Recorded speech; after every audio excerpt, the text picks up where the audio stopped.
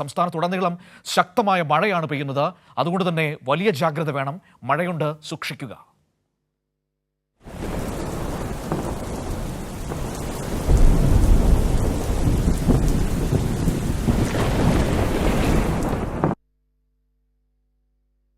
കമലേഷ് തിരുവനന്തപുരത്ത് നിന്ന് മഴയുടെ വിവരങ്ങൾ പങ്കുവയ്ക്കാനായി ആദ്യം നമ്മളോടൊപ്പം ചേർന്ന് നോക്കാം. സംസ്ഥാനത്താകമാനം ഇന്ന് മഴയുടെ മുന്നറിയിപ്പുകൾ എങ്ങനെയാണെന്ന്. കമലേഷ്, തിരുവനന്തപുരത്ത് നല്ല മഴ പെയ്യുന്നുണ്ട്. രാവിലെ മുതൽ തന്നെ, ഇന്നലെ രാത്രി മുതൽ തന്നെ ഇടവിട്ട് മഴയുണ്ടായിരുന്നു.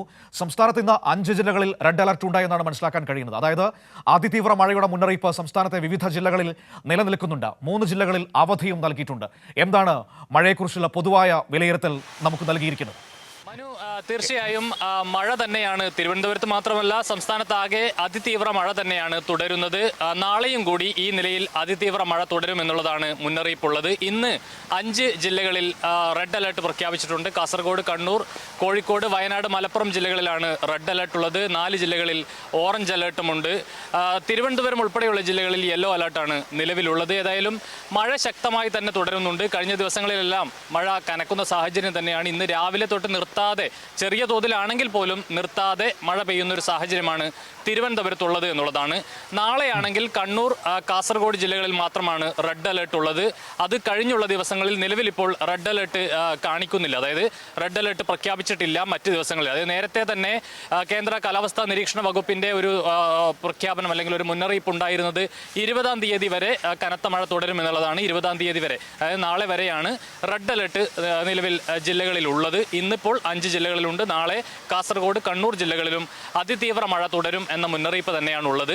ഇതോടൊപ്പം ഏറ്റവും പ്രധാനപ്പെട്ട ഒരു മുന്നറിയിപ്പ് കടൽ വളരെ ശക്തമാകുന്നു എന്നുള്ളതാണ്. തീരദേശ മേഖലയ്ക്ക് വലിയ ജാഗ്രതാ മുന്നറിയിപ്പ് നൽകുന്നുണ്ട്. കടൽ പ്രക്ഷുബ്ധമാകാനുള്ള സാധ്യത, അത്തരത്തിലുള്ള മുന്നറിയിപ്പാണ് നൽകുന്നത്.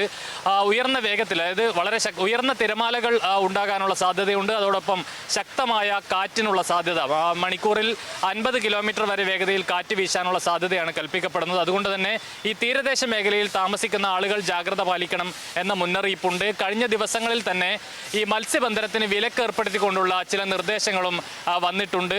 കേരള, കർണാടക, ലക്ഷദ്വീപ് തീരങ്ങളിൽ മത്സ്യബന്ധനത്തിന് ആളുകൾ പോകരുത് എന്ന നിർദ്ദേശം നൽകിയിട്ടുണ്ട്. 21-ാം തീയതി വരെയാണ് മത്സ്യബന്ധനത്തിന് ഇപ്പോൾ വിലക്ക് ഏർപ്പെടുത്തിയിട്ടുള്ളത്. ആ നിലയിൽ തീരദേശ മേഖലയിലും കനത്ത ജാഗ്രതാ മുന്നറിയിപ്പ് തന്നെയാണ് നൽകിയിട്ടുള്ളത്. ഏതായാലും മഴ ശക്തമായി തന്നെ തുടരുന്ന സാഹചര്യമുണ്ട്. മനു, തീർച്ചയായും സംസ്ഥാനത്ത് മഴ ശക്തമായി തുടരുന്ന ഒരു സാഹചര്യം തന്നെയാണ് ഇപ്പോൾ നമുക്ക് കാണാൻ കഴിയുന്നത്.